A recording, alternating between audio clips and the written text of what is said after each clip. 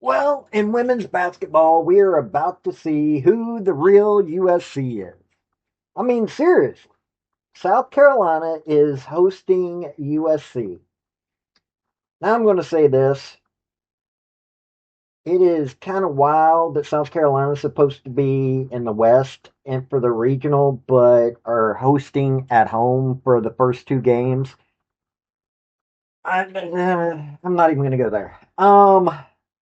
Dawn Staley, three national championships, was the runner up last year, Final Four twice.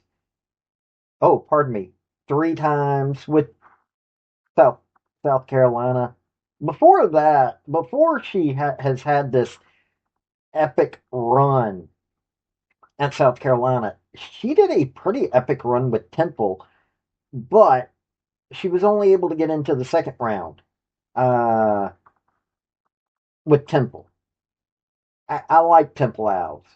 They were Atlantic 10 Conference then. They're now the AAC. I like Temple. I do. They have a great football coach now. Sorry, I'm getting off on a tangent there. But USC also has an amazing coach. Lindsay Gottlieb is actually pretty scary in her own right. Um, with USC Santa Barbara in the Big West, she had two winning seasons out of her three seasons there. One, she got to the NCAA first round with the 22-10 record. 19-12 went to the WNIT first round. Then went got hired on at the Cal Golden Bears in at the time the Pac-12 conference. Made it to a Final Four while there. Went 32-4 that year, but the rest of her seasons weren't so good. Even had a losing season in the mix. Made it second round, but then she got hired by the USC Trojans. 2 years in a row, made it to the Elite Eight. This year, didn't have such a great run. 31-4 last year, 29-6 year before that. USC is nine seeded, 18-13. They just beat Clemson 71-67 in overtime. South Carolina's one seed, 32-3. It's South Carolina, of course. When you're talking South Carolina, Joyce Edwards, Medina Ocott, Raven Johnson, I can keep going. Tania Latson. I mean, you can just keep going with the players. At USC, eh, you're talking Jazzy Davidson is the top player on every stat. Literally every stat. She has Cara Dunn, Kennedy Smith, and London Jones backing her up. But Jazzy Davidson is a star at USC. USC being 18-13. Now, I have a problem with any non-20 win team making it into the tournament, but it is what it is. They're a Big Ten team. Of course, they're going to get in with the less than. It's like my Tennessee Lady Balls. I don't think they deserve to be in the SEC or in the NCAA tournament either. So don't think I'm picking on USC. They've already lost to South Carolina this year. They lost 69-52. So that could be. They were at home for that game, but lost to Notre Dame 61-59. Lost to UConn 79-51. UCLA 80-46. Yeah, this is not a team that they're probably not going to be as tired, but they're probably going to be tired when they get into this game. Okay, Texas beat them twice, beat South Carolina twice out of three meets. Oklahoma beat them in overtime, and that's their three losses.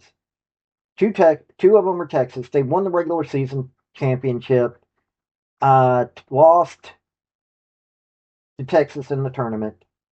They just beat Southern by a record amount. It was 103-34. So we're going to go into this by the numbers. We will see who can win this game. Before we get into the crux of this video, hit like, hit subscribe if you like college sports, because I do college sports, primarily college football, college women's gymnastics, do a little basketball and other sports on occasion, but that's what I do, college. Also, General Robert Neyland, former University of Tennessee head football coach for decades, had 7 maxims to win any game, but they can also help you if you apply them correctly to your life. The second one is play for and make the breaks. When one comes your way, score. That is a maxim that can be also applied to your life. Look for those breaks and take it. USC is quite literally the visiting team. They score on average 69.9 points a game. They allow 63 points a game. 40.8 field goal percentage, 70.3 free throw percentage, 30.3 3-point percentage, 7.3 3-points made per game, 16.5 assists. So they're not bad at that, at teamwork. 33.3 total defensive rebounds a game. 13.5 turnovers a game. That's not that bad, in all honesty. 5.8 block shots are ninth in the nation on that. That's not that bad. They steal the ball 8.4 times a game. Now, Jazzy Davidson, like I said, every statistic she leads in. 34.3 minutes, 17.6 points, 5.7 rebounds, 4.2 assists, 2 steals, 2 blocks. She's a guard, by the way, leading in blocks and rebounds. 2.9 turnovers, though, but considering all she does for the team, that's still way too high, but her shooting, though, is a little worrisome. 39.8 field goal percentage, 27.9 3-point percentage, and 76.2 free throw percentage.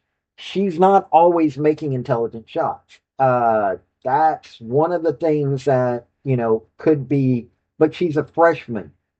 So her doing what she does, hey, Kara Dunn, 31.9 minutes, 15.3 points, 5.2 rebounds, 2.1 assists, 1.3 steals, 0.4 blocks, 1.8 turnovers, 47.5 field goal percentage, 37.5 3-point percentage, and 73.7 free throw percentage.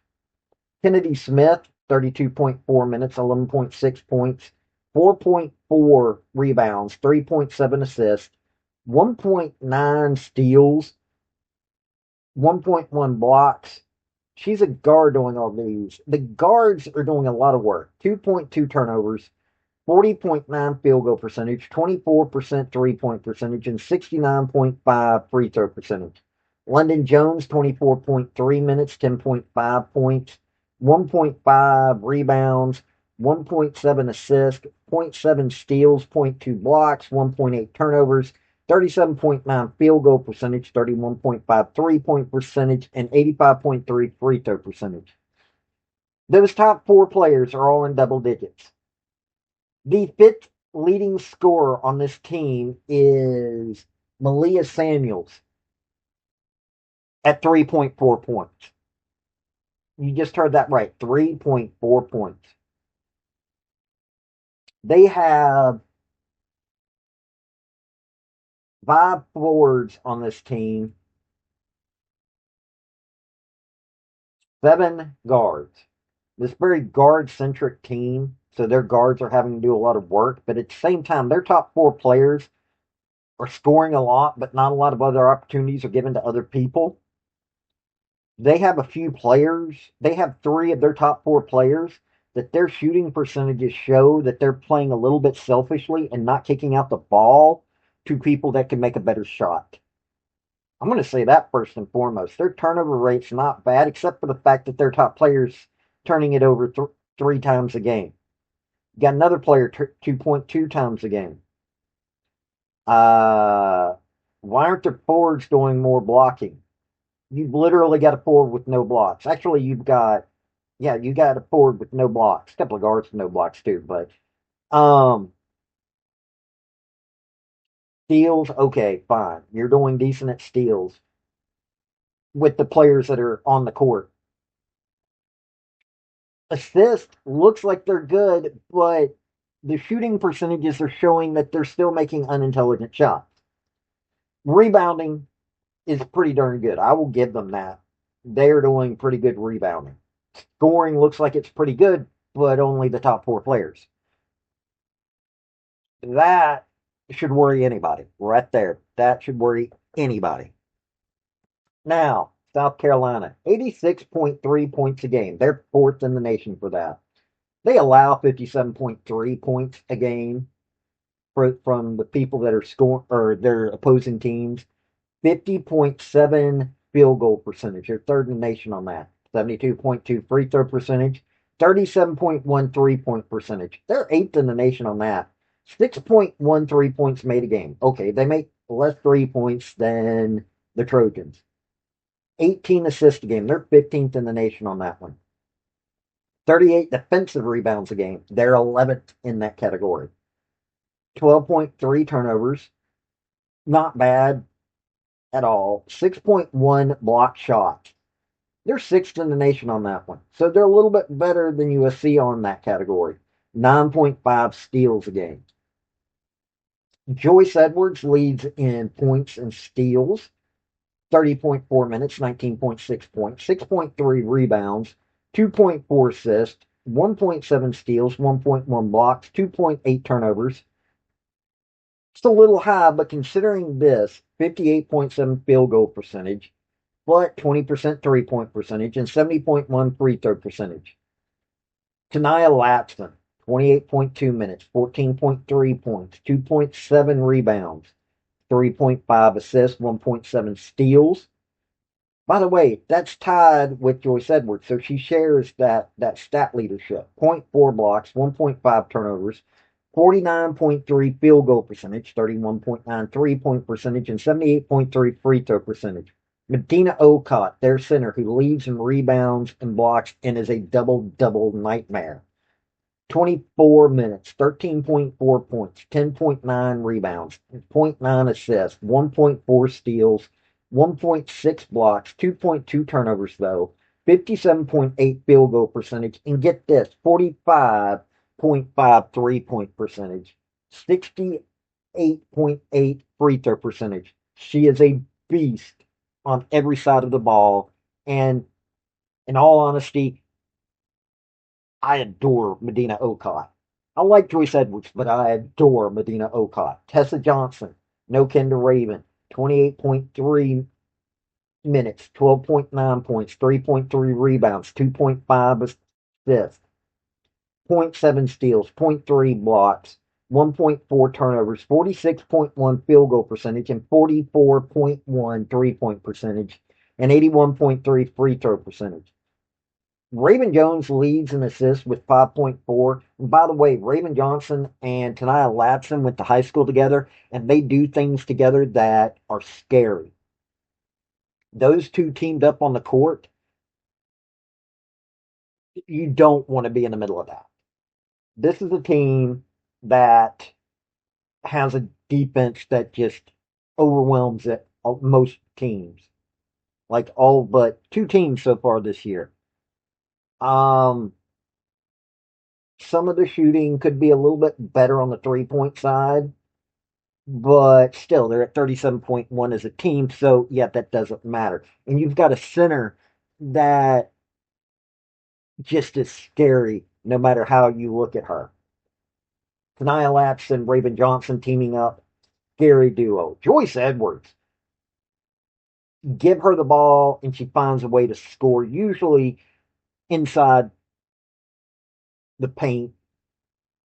This team is a dominant team, as their opponents just found out. This is not a team that you want to face most years. And I can imagine that Don Staley has got them going, considering what they just did, they're wanting to make a statement in this tournament. Okay, so the ESPN matchup predictor, 94.3% for South Carolina, 5.7% chance to win for USC. This is going to be Gamecocks all the way. Okay, you've got four players that are doing a decent job for USC. And then it drops off so precipitously that it's not even it can't even be considered a joke how bad it drops off after your top four players. South Carolina, your top five players are in double digits. Yes, it drops off to 5.8, but they still contribute. And when you give them the ball, they can hit where they're aiming. Rebounding, you've got a double double machine on top of the fact of that you have several others that are rebounding at a much higher level than USC. It's in South Carolina, at South Carolina. They work, South Carolina works too well as a team most times, especially between Raven Johnson and Tania Latson, but Joyce Edwards is still included in all of it, and she is doing things that are needed. Steals are at a high rate. You've got 1.7 for Joyce Edwards, 1.7 for Tania Latson, 1.4 for Medina Okot. Oh, wait, you've got a center that's stealing the ball 1.4 times a game, 1.5 times for Raven Johnson, 1.2 times for Maddie Daniel, 0.9 times for Agate McKeer. Do I need to go on? Or are you starting to see that this team is what Dawn Staley makes her teams into? For Texas and Vic Schaefer to have beaten them twice out of three meets, that shows how good Texas is. It doesn't show that there are that many weaknesses when it comes to this South Carolina Gamecocks team. They won the regular season for a reason. They're a number one seed for a reason. Dawn Staley has got three national championships under her belt, has runner up to the national championship under her belt, has got multiple Final Fours, Elite Eight experience. USC, Lindsey Gottlieb is still building USC. Yes, she had a drop off this season. Yes, I expect to see her competing again, but they haven't got a shot this year. They're not making it out of the second round. They are not making it out of the round of 32 this year. I have no problems with Lindsey Gottlieb. I think she's a great coach. What she's done at the three different colleges that she's been at is exceptional. But this year, she's about to run into a wall that is named South Carolina Gamecocks. This has been Paul with Redneck Sports. Y'all have a good day now. Bye. Hey, folks, before you leave, if you're can't become a member via my YouTube channel, which that's for my thinker. I've also got sports. I've got a Patreon. If you really, really want to help me out, I would be much appreciated. But hey, hitting like, hit subscribe, hit commenting, all those things really help me out. Have a good day.